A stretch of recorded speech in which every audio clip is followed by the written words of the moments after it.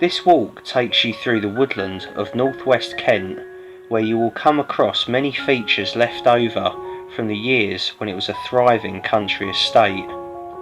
You will walk down a magnificent avenue of beech trees planted in 1840 to the memory of a now forgotten baronet, whilst the estate features trees from around the world planted in the parkland. As we walk around, we will also hear an iconic noise from another age. Only a few miles away, Biggin Hill Airfield is now home to the largest number of operational World War II Spitfire aircraft in the world. You often hear the noise of a Spitfire's supermarine engine in the sky above you as you walk through the woods.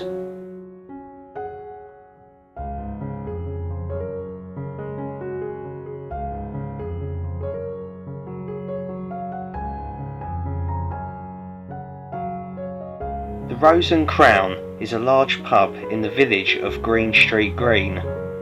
There has been a Rose and Crown alehouse at this site since 1787, when it was part of a collection of old houses and cottages picturesquely sited by a village green and pond. The building of the Farnborough Way bypass road saw it all torn down in the 1920s to be replaced by a roundabout, and the present pub was built in 1927 in a classic roadhouse style. It was extensively refurbished in 2016, providing a stylish modern interior in the leafy surrounding of the London-Kent border. It's hard to believe that this lane was once the main stagecoach route from London to Rye and Hastings. The old Rose and Crown was a stopping off point. At the top of the hill there once stood a gibbet where the bodies of executed criminals would be hung in chains, swinging until they rotted as a lesson to other potential offenders, in particular highwaymen. 200 years ago, before the tree growth proliferated, the top of the hill would have been open ground, and this deterrent on the main road would have been visible for miles around.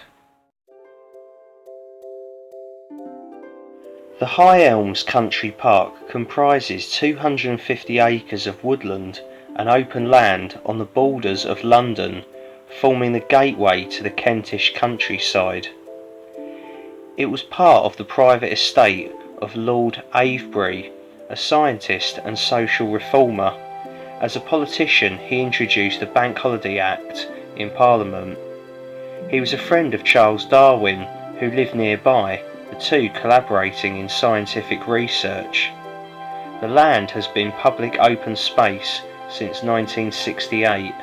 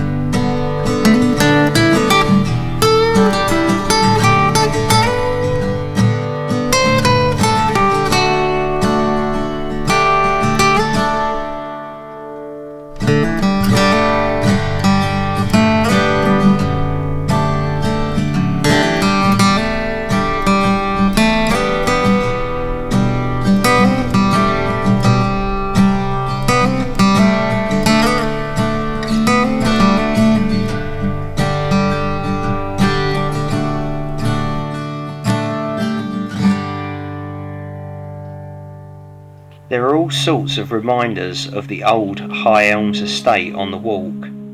The site of the grand mansion house, still surrounded by its garden terraces, is now a grassy lawn. Built in the mid-1800s in an Italian style, it burnt down in 1967, but the corners of its rooms have been marked out in brick in the grass.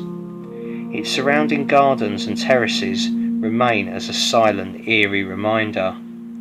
Close by there are lodges, stables, a coach house, kitchen garden, ice well, farm, and even an early outdoor Eton Fives Court, which have outlived the grand house they were built to serve.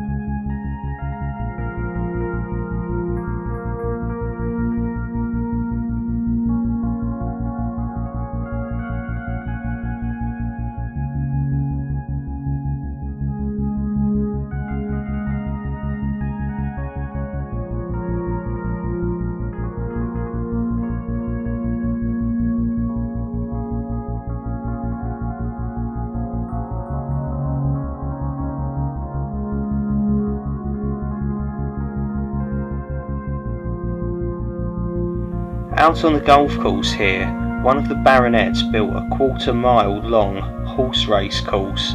It's said that 40,000 people were here to watch the last race in 1865.